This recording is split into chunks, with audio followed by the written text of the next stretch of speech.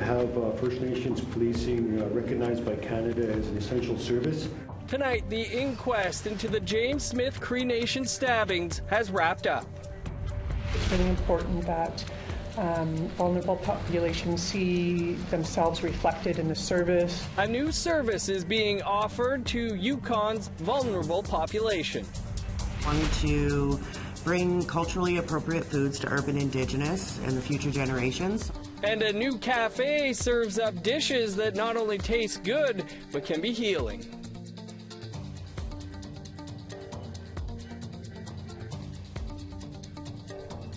Good evening, I'm Dennis Ward. Welcome to APTN National News.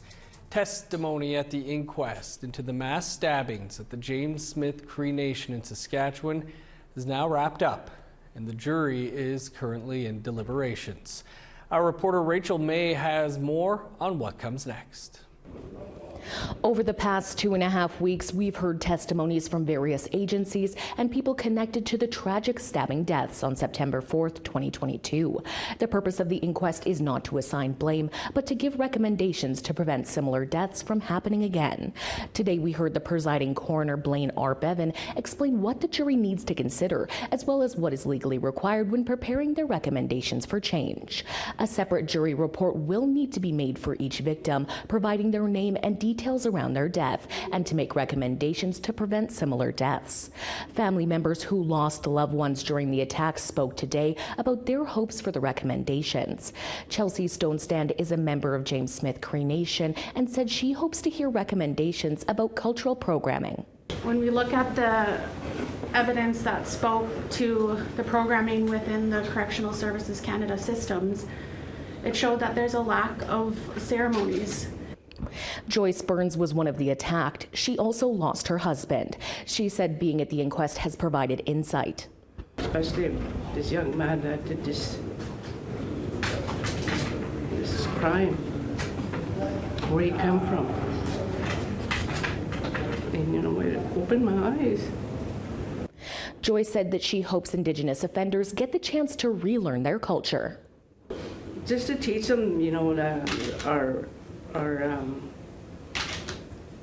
culture, to go back there and try and steer them on the right road. Chief Robert Head of Peter Chapman Band, a member of James Smith Cree Nation, spoke about his hopes for recommendations. We need to have First Nations policing recognized by Canada as an essential service. We're expected to hear the jury's recommendations later this week. Rachel May, APTN National News, Melfort, Saskatchewan. Thanks, Rachel. A fire that destroyed a school on a First Nation in Northern Ontario last week came up in the House of Commons on Tuesday. Police have charged 4 youths with arson in relation to a fire on the Eabametoong First Nation. The fire has renewed calls for more federal funding in northern communities for fire trucks, equipment, and halls, so these communities have the capacity to fight fires. NDP MP Charlie Angus raised the issue of this lack of fire safety during today's question period. The honourable member for Timmins James Bay. Another winter, another tragic fire in Treaty 9. Children at Eabametoong First Nation have no school because it burned in a fire and they had no fire service. Last winter, Peawanuck lost a beautiful 10-year-old child to a fire, and this government's response was, well, we'll buy you a truck, but we're not going to pay for the fire hall. How do you do fire safety at minus 45 without a fire hall? Will the minister stop nickel and diming the people at Treaty 9 and commit for all the communities properly funded fire halls, vehicles, and a new school for the children of Eabametoong, because every child deserves safety and a comfy school. Hear, hear.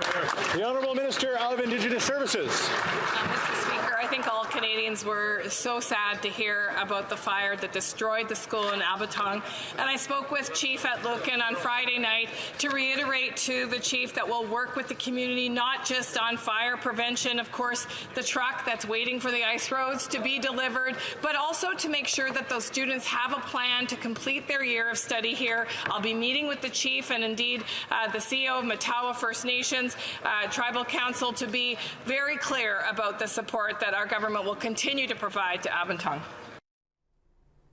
An Indigenous-led organization in the Yukon is unveiling a new initiative to help keep vulnerable people and those living on the streets safe. Here's Sarah Connors with those details. On Thursday, this van will be hitting the streets of downtown Whitehorse to help vulnerable people in need. It's called Moccasin Mobile Outreach. We know right now that Yukon First Nations and Indigenous people are overrepresented in the homeless population. The pilot project will be operated by the Council of Yukon First Nations and funded by Yukon government. It's part of an overall strategy aimed at providing culturally relevant supports to people in need, as well as enhancing safety in downtown Whitehorse. We are currently working on getting some shelving and some updating and some other items done before we head out on the road. The council says it's all about meeting people where they're at, which is why it's staffing the service with Yukon First Nations outreach workers. I think it's really important that vulnerable populations see themselves reflected in the service, understand the historical trauma, the realities faced by Yukon First Nations. So it's really important to have a Yukon First Nations-led service. So we have the clean crack pipe kits and clean injection kits, and there's a few. The van will be well stocked with harm reduction supplies. People who use the service are welcome to take personal care items, hygiene products, warm clothing, and food. Workers will also be trained in things like naloxone and first aid and will be able to connect clients to other services like the RCMP or EMS. Many of our people do not feel safe phoning the RCMP at times due to legacy and historical issues.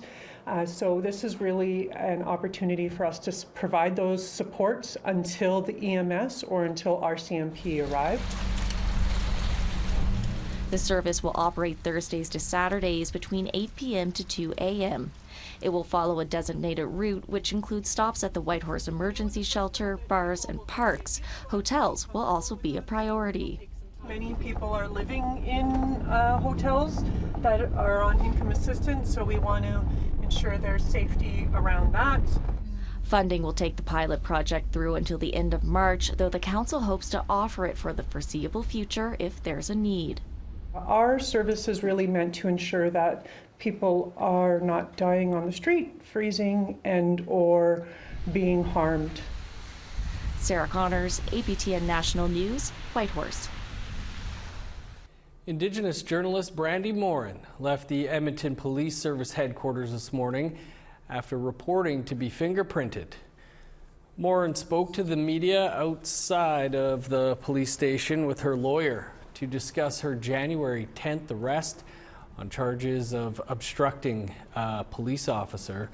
She was at the site of a homeless encampment being taken down by Edmonton Police as an independent journalist.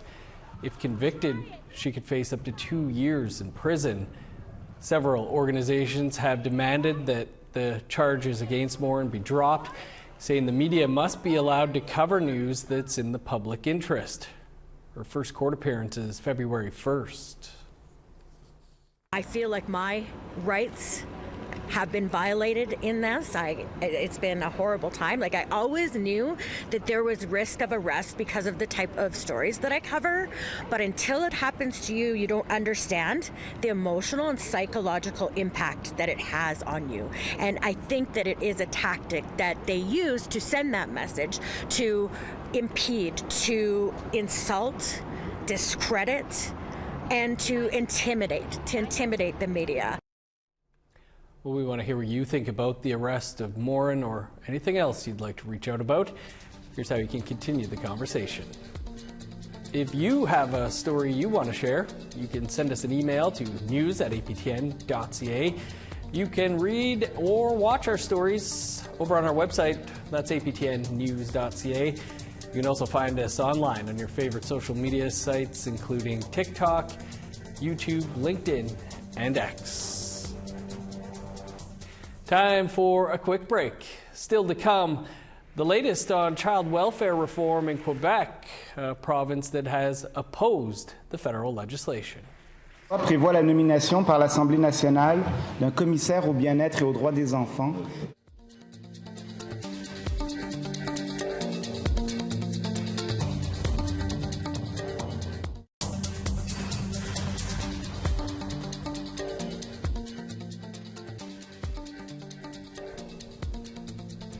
Welcome back. Bill C-92 became law on Indigenous Peoples Day in 2019. It provides rights for Indigenous peoples to exercise jurisdiction over their own child and family services. However, Quebec opposes the federal legislation and has taken the federal government to court.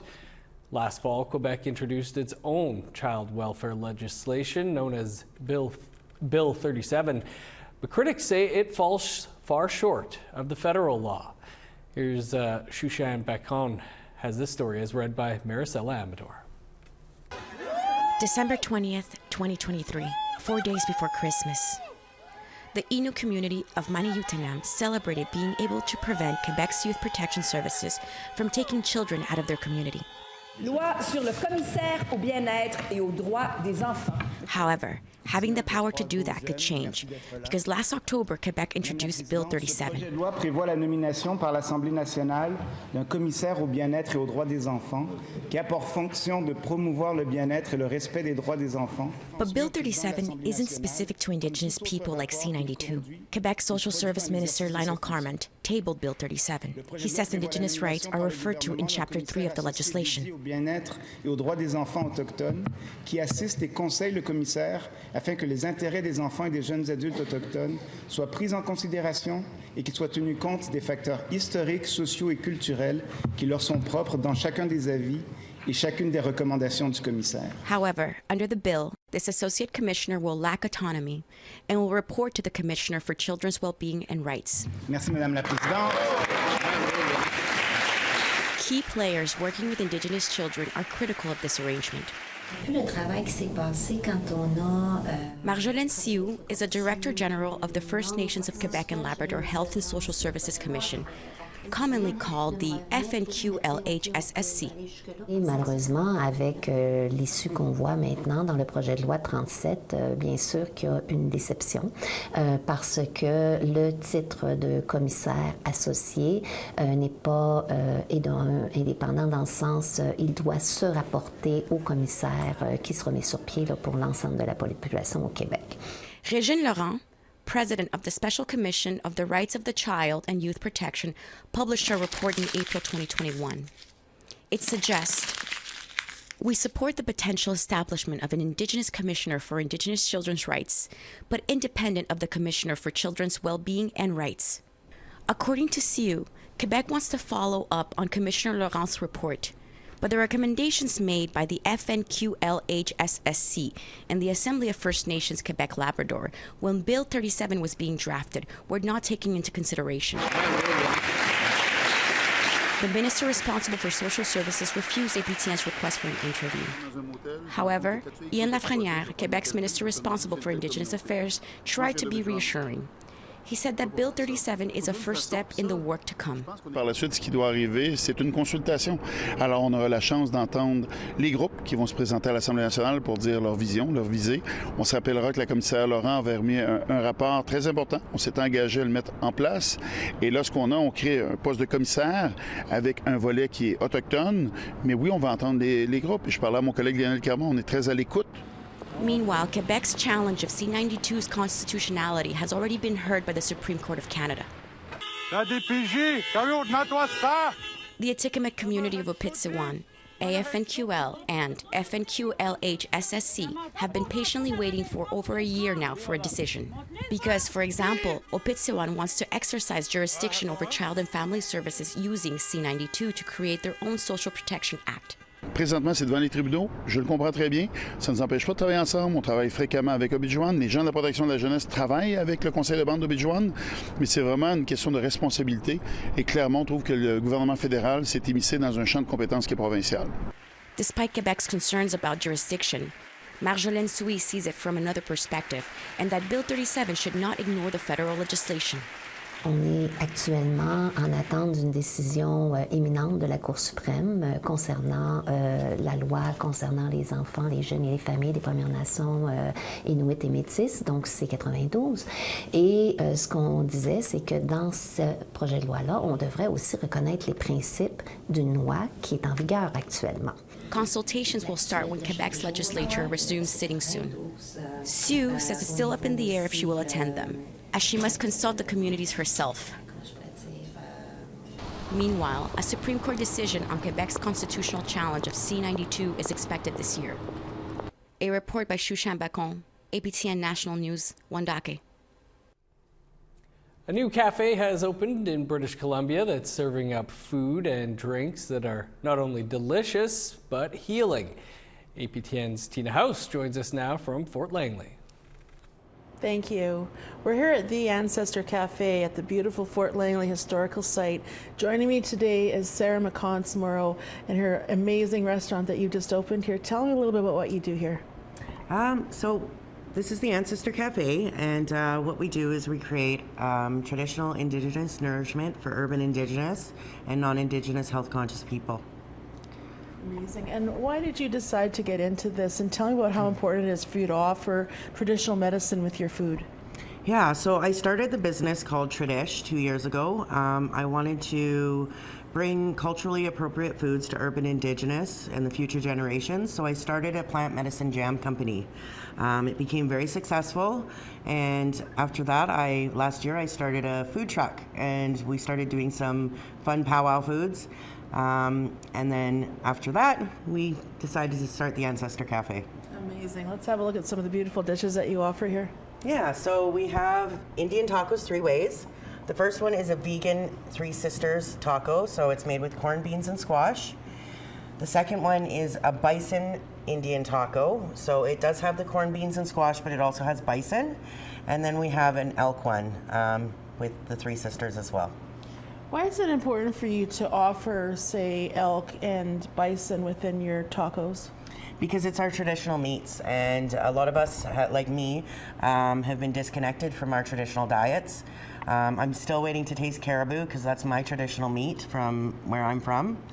It's what our bodies need. It's what our ancestors ate, and it's what our genetics actually process a lot better than, say, beef or chicken. You also make these incredible drinks here. Tell me a little bit about this one. What's this one in particular? So these are our fresh squeezed plant medicine lemonades. That one is blackberry sage. That one's a natural decongestant. It's good for sore throat, cough, or cold. The sage has the natural antibacterial properties, and the maple syrup and blackberries helps break up mucus in your chest. Over here we have our bannock with jam. So these are our plant medicine jams that we started with Tradish. They are all 100% organic. They're sweetened with maple syrup. 3 of them are thickened with chia seeds, and then they all have their own plant medicine in them. So our first one is raspberry dandelion. That one's thickened with chia seeds, and that one is good for cleansing your liver, gallbladder, and kidneys. It has cancer-fighting properties, and it helps reduce inflammation in the body. We have our blueberry lavender next. That one is just full of antioxidants, so it's good for your whole body. Then we have our smoky juniper cherry. That one is really good for strengthening the lungs, so overall lung health. And then the blackberry sage, the same as the blackberry sage lemonade, good for mucus buildup, sore throat, cough, or cold.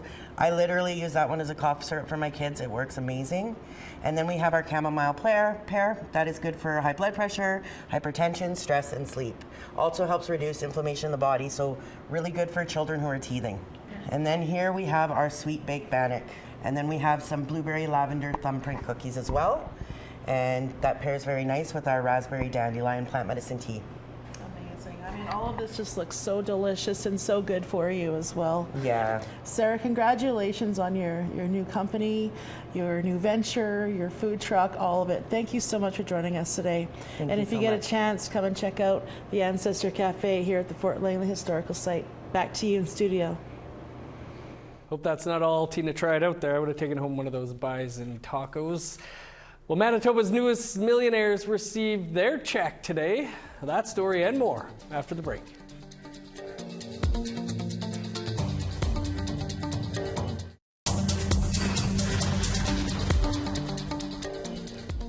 Welcome back. Time now for our photo of the day. Tara French was on a walk at Mill Lake Park in Abbotsford, British Columbia when she captured this beautiful photo. Thanks for sharing, Tara. You can send your photos to share@aptn.ca and you could be featured as our next photo of the day.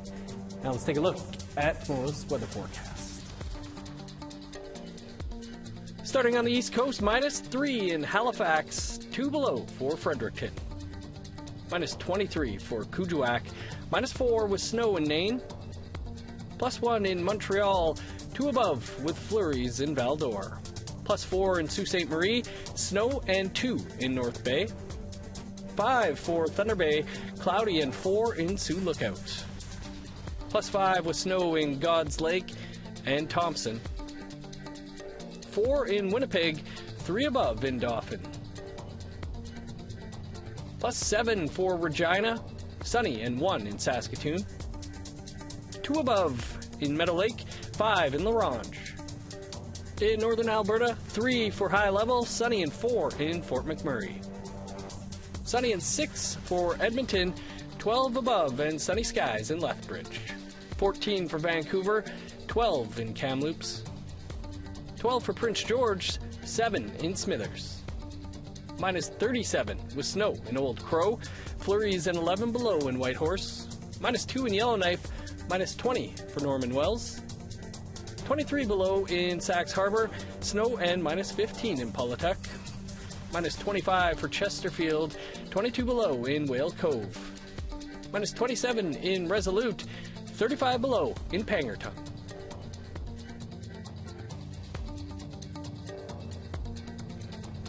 Winnipeg's newest millionaires were named today after winning the Lotto 649, a $5 million jackpot.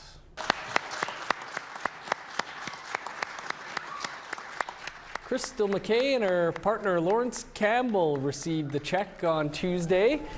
Campbell bought the single ticket as part of McKay's birthday gift.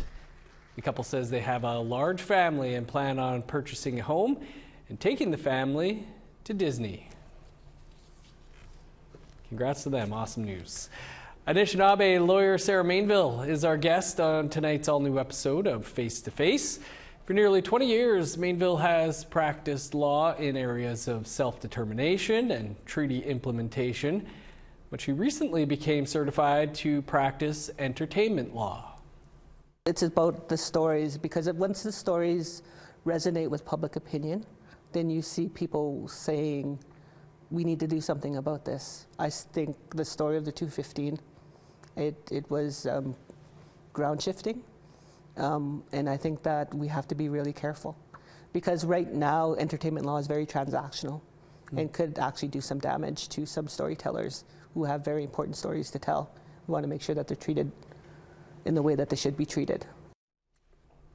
You can catch our interview with Sarah Mainville right here in less than 2 minutes' time. That is all the time we have for your APTN National News for this Tuesday.